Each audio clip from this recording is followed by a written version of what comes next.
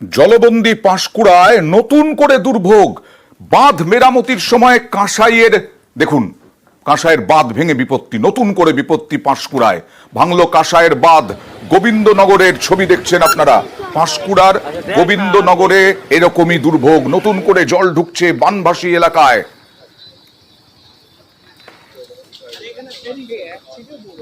এখানে বাঁধ ছিল, আবার বাঁধা ভেঙে গেছে, বাঁধাতে জল যাচ্ছে মাঠের দিকে। এখন কি পরিস্থিতি রয়েছে এলাকা?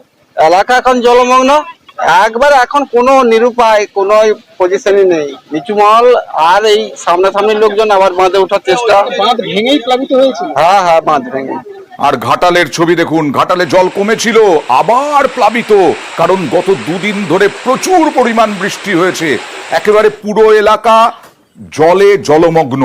জল যন্ত্রণা পঞ্চায়েত এলাকাতেও। গত দুদিনের বৃষ্টিতে বারবার বলছিলাম, দুদিনের বৃষ্টিতে কি হবে ঘাটালের পরিস্থিতি। সেই ঘাটাল নতুন করে জল বাড়লো আবার। জল তো আবার বাড়ছে খুবই। পূজার জন্য হয়তো, তার জন্য হয়তো আরো দুশ্চিন্তা, মানে পূজার তো কোনো হবে নি। কিভাবে যাতায়াত করছেন আপনারা এখন? আমরা ওটা বাঁধ দিয়ে, মানে যোগ ফেরি বাঁধ দিয়ে নৌকায় যাতায়াত করছি। কি সমস্যা হচ্ছে? সমস্যা তো প্রচুর, সমস্যার প্রচুরই, মানে যাতায়াতের খুবই কষ্ট। পুজো নিয়ে আবার দুশ্চিন্তায় রয়েছে। আর পুজো নিয়ে আবার দুশ্চিন্তা, মানে পুজোয় আমাদের কোনো আনন্দ হবে নি, কিছুই হবে না। কোথায় বললে? আর দাসপুরে কাঁসাই নদীর বাঁধ ভেঙে দেখুন কি অবস্থা। কাঁসাই নদীর বাঁধ ভেঙে দাসপুরে, পশ্চিম মেদিনীপুরের দাসপুরে, এটা তো বাড়ি ঘর ভাঙা ছিল, জলের তোড়ে তলিয়ে গেছে একাধিক বাড়ি।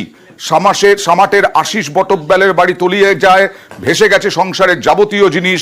ঘর ছাড়া হয়ে কোন রকমে দিন কাটাচ্ছেন। আর সাহায্যের হাত বাড়িয়ে দিয়েছেন নিমতলার বাসিন্দা সোমরাজ। পাশে দাঁড়ানোয় খুশি আশিস বাবুর পরিবার। খুবই ভালো লাগছে, ওনাদের প্রতি শ্রদ্ধা এবং ভক্তি দুটোই আমার। ওনারা যে এগিয়ে এসছেন, আমার পাশে দাঁড়িয়েছেন, এটাতেই আমি খুব গর্বিত এবং আনন্দিত। ওনারা যে বললেন এটা আমার করে দিবেন, মানে এর থেকে আর বড় জিনিস কি হতে পারে। ওটাই খুব শান্তির বাণী পেলাম। একটা পরিবার এইভাবে পুরো ভেসে গেছে। যাই হোক, সেটা আলোচনা করেছেন। নিমতলায় যে বড় মন্দিরটা হচ্ছে রঘুনাথ গোপাল গোবিন্দজিউ, ওই মন্দিরের এটার সঙ্গে কথা হয়েছে একটু, দেখছি ওখান থেকে কিছুটা। আর আমরা আরো কয়েকজন মিলে একটা আলোচনা করে টাকার ব্যবস্থা, আমার থাকার মতো ব্যবস্থাটা করে দেবো। একটা মাথার ছাউনিটা যেন পাই, উনি যেন এখানে ওখানে যেমন রাতে থাকতে হচ্ছে সেটা না হয়, নিজের ভিটাতেই যেন রাত কাটাতে পারেন। আর দেবড়ায় এক মেডিকেল ক্যাম্পে এলেন উত্তরপ্রদেশ থেকে চিকিৎসক কাফিল খান। কে এই কাফিল খান? উত্তরপ্রদেশে এক হাসপাতালে অক্সিজেনের অভাবে বহু শিশুর মৃত্যু হয়েছিল। সেই সময় এই চিকিৎসক অনেকের প্রাণ বাঁচিয়েছিলেন। সংবাদ মাধ্যমে তার নাম উঠে এসেছিল। সেই চিকিৎসকও এদিনের এই ক্যাম্পে উপস্থিত ছিলেন।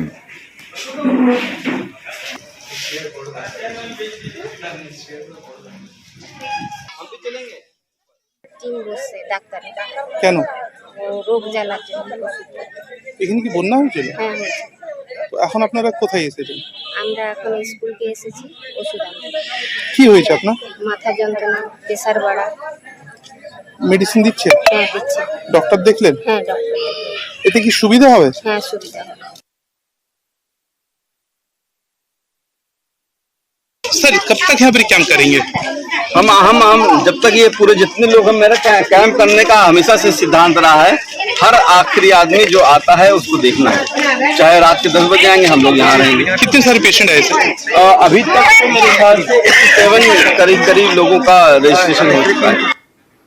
আর তিস্তা ক্রমশ ফুলে ফেঁপে উঠছে। সেই তিস্তায় আটকে পড়েছেন 10 জন মানুষ এবং তাদের সঙ্গে গবাদি পশু। এই তিস্তার এখন উদ্ধার কাজে, তাদেরকে উদ্ধার কাজে নামা হয়েছে, উদ্ধার কাজে নেমেছে। এখনো পর্যন্ত কি খবর, 10 জন কৃষকও পরিদর্শনে, বিডিও, পঞ্চায়েত প্রধান এবং ব্লক সভাপতি। কোথাও তো দেখতে পাচ্ছি না তারা আটকে আছেন। কত দূরে তারা আটকে আছেন রকি?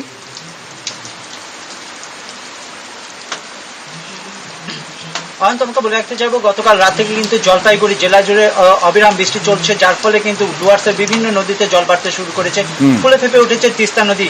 বেশ কয়েকদিন ধরেই কিন্তু প্রায় 50টি গবাদি পশু তিস্তার চরে আটকা পড়ে থাকায় সেগুলিকে আনতে পারেনি গ্রামের বাসিন্দারা। আজ সকালবেলা যখন জল কিছুটা কম ছিল, সেই সময় গ্রামের বাসিন্দারা 10 জন কিন্তু সেই গবাদি পশুগুলিকে আনতে যায়।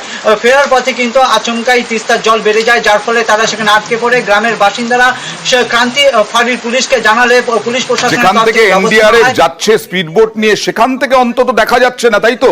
তার মানে অনেকটা দূরে আটকে,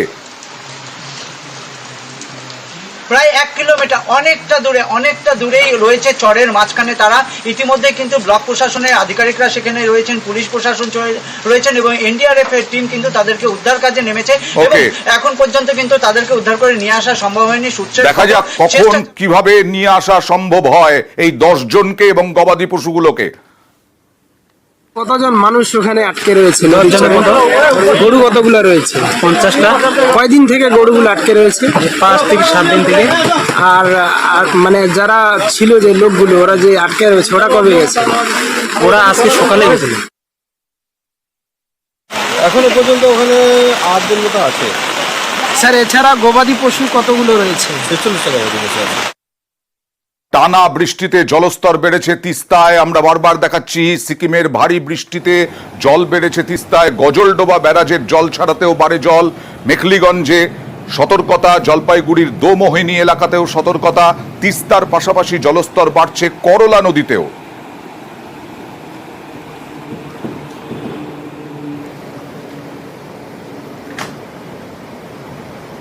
আবার বাংলা সিকিম লাইফলাইন 10 নম্বর জাতীয় সড়ক আবার বিপর্যস্ত, একেবারে বিধ্বস্ত। ধস নেমেছে দেখুন, একেবারে একটা আর্থ মুভার দিয়ে ধস সরানোর কাজ চলছিল, সে আর্থ মুভারও বোধহয় খারাপ হয়ে গেছে, এরকম অবস্থা। রাস্তা ধসে পড়েছে। সরাসরি চলে যাব পার্থর কাছে। এই 10 নম্বর জাতীয় সড়ক তো আর কবে স্বাভাবিক হবে, আদৌ হবে কিনা কোনো ঠিক আছে পার্থ?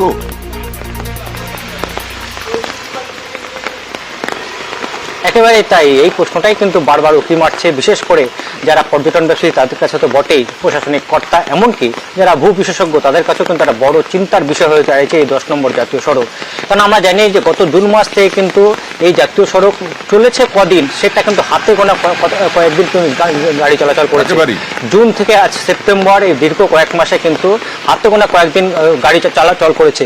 একের পর এক নতুন করে আবারও কিছুক্ষণ আগে যে খবর আমরা পেয়েছি, নতুন করে ধস নেমেছে সেবকের ঠিক অদূরেই অন্ধেরি ঝোড়া। সেই অন্ধেরি ঝোড়াতে কিন্তু জাতীয় সড়কের একটা বড় অংশ তিস্তা গর্ভে চলে গেছে। সকালে তো আমরা বিরিকধারার ছবি দেখিয়েছি যে বিরিকধারা তো ধস নেমেছে, যার জেরে কিন্তু 10 নম্বর জাতীয় সড়ক পুরোপুরি বন্ধ রয়েছে এই মুহূর্তে।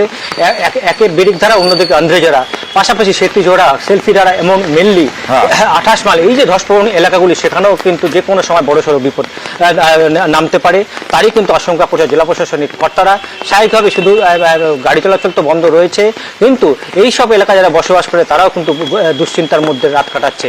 কারণ টানা বৃষ্টি চলছে। বৃষ্টি কবে যদি বৃষ্টি যদি না থামে, তাহলে যে পরিস্থিতি আরো ভয়ঙ্কর হবে তা কিন্তু বলাই পাহাড়ে এখন যথেষ্ট দুর্যোগ। পাহাড় আর থাকবে কিনা এ নিয়েই প্রশ্ন উঠছে, কারণ এত ধস নামছে।